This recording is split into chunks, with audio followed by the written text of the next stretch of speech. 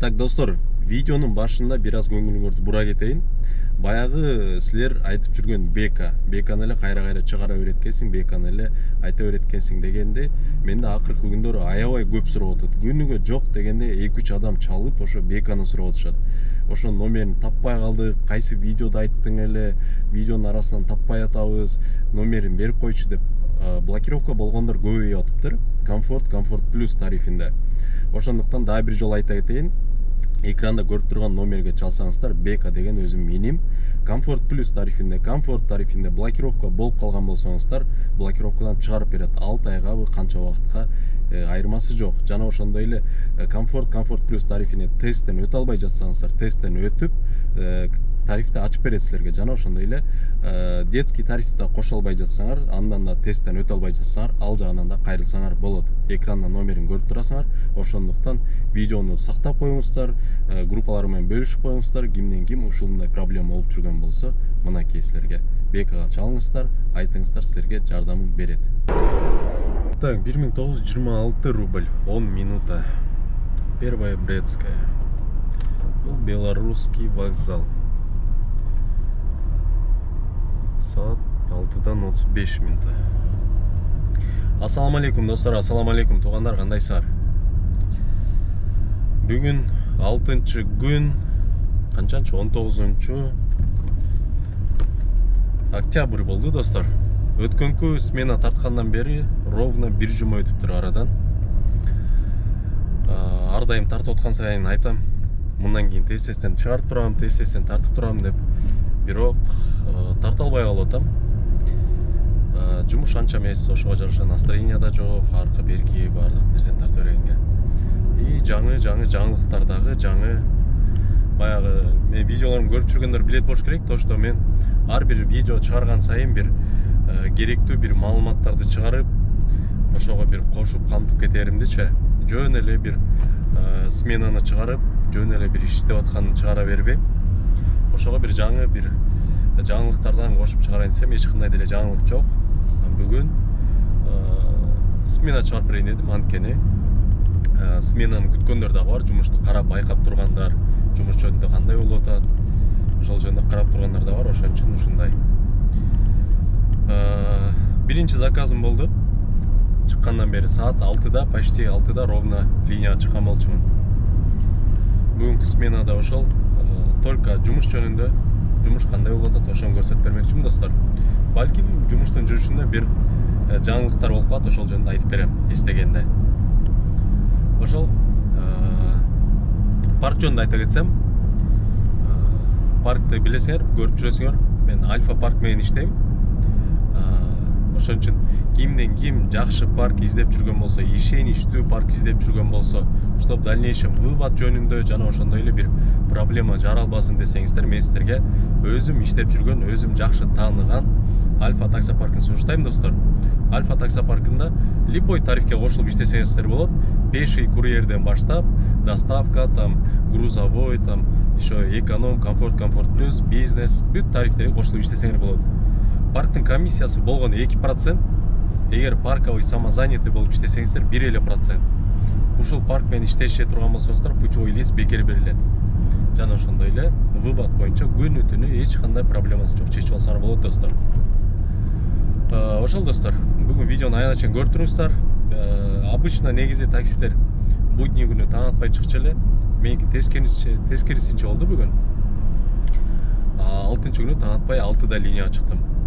Пятница ночь иштей албай калдым. Ошол жумуштун жүрүшүндө кандай болуп атат, жумуш эмне болуп атат, бүгүн жумуш кандай болот экен, ошол жөнүндө көрсөтүп берем кеттигенде. Так, 18 минутта, Волоколамское шоссе 71, корпус 4, 1799 рубль. 7-ден 34 минут өттү, жанатан бери 1 саат өткөн болобу. Так, центрде көздөй кетелим кайра. Жана заказдан кийин канча бир жарым сааттай отуруп калдым окшойт, заказ жок. Бүгүн суук аябай эле. 1,5 градус болуп атыптыр плюс. Машинада отуруп кулактар тоңуп калды го. Кеттиген. Так, достор, 3-чү заказ 13 минута 1799 рубль. Могу машинага неме кое элекмин да, видео регистраторчу. Көбүнчөсү да жазып калат. Клиенттердин отурганын, түшкөнүн, кандай клиенттер отуруп атат, ошону да киргизбейсиңби депчи. Азыр заказ берип койгом. Ошол келе элек, келсе анан кийинкисин киргизип турам. Азыркы клиенттер киргизиш керек болчу да, негизичи көрүшүңөр керек болчу. Жанагындай кыздарды салып отурмун, лесбиянкаларды. Машинанын ичинен азыр үйүнө жетишти, үйдөн эмне кылышат билбейм дальше. Машинанын ичинен өлүп кетейин дешти. Дальше иштейбиз. Саат 8:48, почти 1 саатка чукул күтүп турмун следующий кийинки мо заказды. Шашпай азыр болуп атат. Ну, 1 саатта бирден заказ болуп турса деле нормально, Кудайга шүгүр. Ошол кеттик ана. Так, достор, ошентип Казанский вокзалга келдим. 1959 рубль. Саат почти 10 болоюн деп калды. Следующий заказ берип атат. Так, ошону каяктан берип атат? Кайра эле Казанский вокзалдан берип атат. Разворот кылыш керек.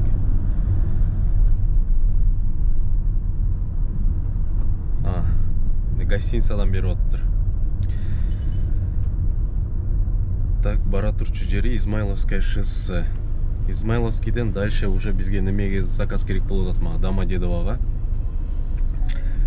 Домодедоводо заказым бар болчу, трансфер. Саат прилет 1:30 болот. Антиминтип 2-де чыгышат. Шаржадан самолет келет, ошол жактан арабтар келет, ошону тосуп алыш керек. Трансфер заказды билет бошкары керек, то что ушундай аэропорттон барып, жана кирип, ичинен табличка менен тосуп аласың. Акчасы болсо $75 болот встреча. Ну, где-то бир 7000 рубльнын тегереги. Мындай заказдын выгодасы эмнеде? Аэропортко эми заказ менен барып калсам го жакшы. А так пустой барганга туура келет көбүнчө. Выгодасы просто для галочки, да, мындай заказдар. Мисал үчүн бул арабтар 3 күнгө келет. 3 күн бою ташып калышы мүмкүн да, дальнейшем. По часовой күнүгөчү. А так мындайларды тозуп, трансферлерди алып жүрсөң, постоянно сага ушундай заказдар берип турат. Эч кандай бул жактан комиссия эч кимге бербейсиң. Ошол жагы бар. Ошол достор, ошон үчүн мо заказ таштагандан кийин дальше уже аэропортко заказ карайм. Болсо болду, болбосо пустой аэропортко барып, тегини күтүп алмай кеттик анда. Так, достор, Измайловскийге келдим, ошентип жана Кремль бар го, рынок Измайловский. 2053 рубльга. Эми булар менен мындай болуп калды. Кечки саат 9га чейин жүрөбүз дейт. Кытайлар экен, туристтер. Азыр бияка рынокто бир 2 саат болобуз дейт. 2 саат, 3 саат. Бияктан чыгып алып, Рейдисанга барышат. Причал Рейдисанга, ал жактан теплоходко түшүп, теплоход 1 саат 20 минут белечи, 2 саат 20 минут беле ушундай айланат теплоход. Ал жакта болобуз дейт, андан чыгып ресторанга ошол эле жерден. И андан чыгып алып бир стрелковый клубка, тоже ошол тегеректе. Ошо менен где-то бир 8-9га чейин болобуз дейт, бир в общем 10 саатка. 10 саатка сүйлөштүк, саатына 2000ден деп.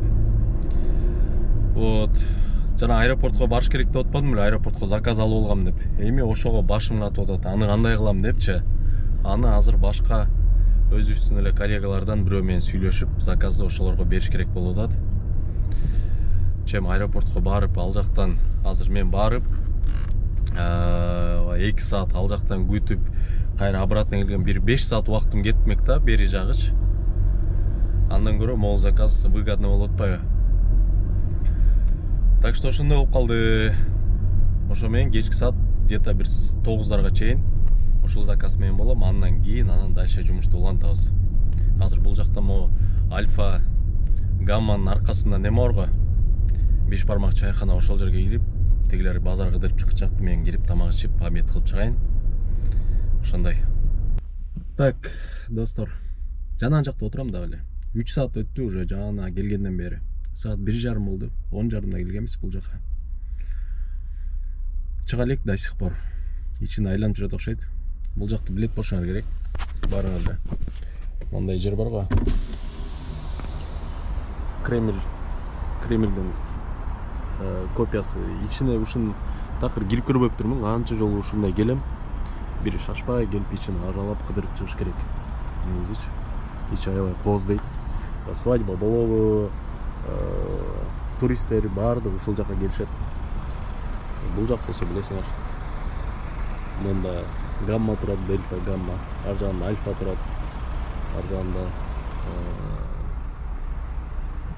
ал жагында дельта. Короче, ушундай. Бул жактан азыр чыгышса немеге барабыз? Украина, Ридисан причалга. Ал жактан барып теплоход 2 саат жүрсө, ал жакка да 1 саатта жетсек, андан чыгып алып ресторанга кирсе, ошо менен жана стрелковый клубка да барабыз деп аткан, айка чото бара албай калышты окшойт, уже кеч болуп атат. И вокзалга да булар саат 8-ге же 9-га барып калыш керек. Поезд кетет. Ал жакка дальше вокзалга жеткиремби. Ошо менен бүттү го дейм. Ошол 3 саат. Бир чети жакшы ушундай заказдарына отурасың, ушинтип. Эч жака жүрбөйсүң, көп деле айдабайсың, ушинтипчи. Ожидание менен эле убактың өтөт. Ошол дальше көрөбүз, дальше кандай болот. Алдыда дагы бир мощный жаңылык бар. Алдыда айтып берем анда. Саат 5:30 болду. Новый Арбатка келдик. Жаналар менен жүрөм, дагы эле бүтө элек заказ. Новый Арбатка келип, азыр Старый Арбат, Новый Арбат кичине гүлөйт этип, 1-2 саат гүлөйт этебиз дейт. Теплоходко түшүп келишти уже. Теплоходдон дальше алып, бул жака алып келдим. 1-2 саат дагы вокзалга барып, антинче 3 саат. 3 саат убакыт калды, 3 сааттан уже бул заказды жабам. Общий канча акча беришет, кандай чыгат көрөбүз. Дальше иштейби, кандай болот, аны да байкайбыз. Бир аз калды, ошон видеону аянашын көрүп туруңуздар. Анан отчет чыгарабыз. Ошондой. Так, достор, жумуш бүттү, ушу менен жумушту аяктадым. Тигилерди алып барып вокзалга таштап, уже үйгө келип калдым. Видео тартып жүргөндө унутуп коюп турмун, уже үйгө келип. Азыр эстеп кетип жыйынтыктап коеюн дедим. Тигилер менен 9 саат жүрүп турдум, 9 саатка 20 000 төлөп берди ровно. Плюс еще парковкасын төлөштү. Бүгүнкү жумуш ушундай болду. 20 000 плюс эртең менен канча 4 заказ кылдым беле? 7 000 рубльга. 27 000 иштеп турмун бүгүнкүгө. Канчадан бери уже 1 ай болду. Чыса көп болду, мындай иштейлик болчумун. Бүгүн Кудайга шүгүр жакшы болду. Эртең менен үйдөн канча 3:30, 4 эле тургам. Туруп жумушка чыкчак эле, линия чыкчакта 6 болгон, 6да линия чыккам. Азыр уйку келип, чыдабай үйгө кирип эс алып алып, бир атылы эртең менен кайра чыгайын дедим. Ошол достор, бүгүнкү видео ушу менен жыйынтыкталды. Бир билбейм, пайдалуу бир нерсе айта алдымбы, айта алган жокмунбу. Но бүгүнкү видеонун максаты баягы жумушту көрсөтүп берейин, жумуш кандай болуп атат, эмне болуп атат, эмне жаңылык болуп атат, ошол жөнүндө эле деп ойлогом. Ошону жеткирип бердим го деп ойлойм. Кийинки видеодон көрүшкөнгө чейин анда достор.